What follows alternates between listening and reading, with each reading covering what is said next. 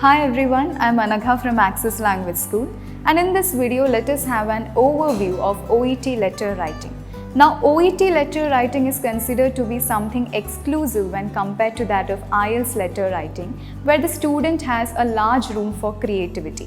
But in the case of OET letter writing, the student will be provided with specific case notes or a task from which they are required to take out important points and therefore form a structure or organize a structure for their letter.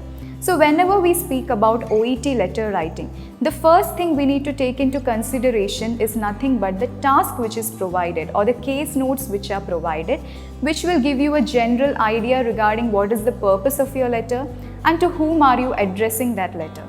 So the initial thing a student is required to do whenever they are provided with the 5 minutes reading time is to go through the case notes or the task properly. Next thing you need to be cautious about is nothing but to differentiate between whether the patient is a known patient or an unknown patient. And if the patient is an unknown patient, you need to provide a proper introduction regarding that person depending upon the case note which is provided. Next thing you should be cautious about is regarding the irrelevant points which would be purposely infused by the OET examiners in order to deviate your attention. So therefore, if you fall in this trap, it will diminish your score.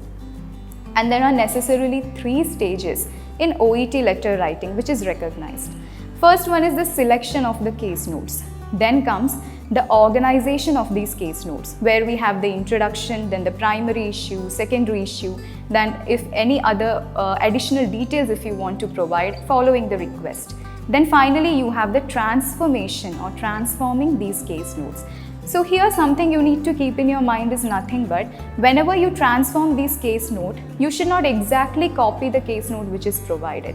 Instead, you should try to rephrase it in your own sentences and your own words. So these are some of the general things which you need to keep in your mind in your case of OET letter writing or whenever you appear for OET letter writing. I hope it was informative and useful. Thank you.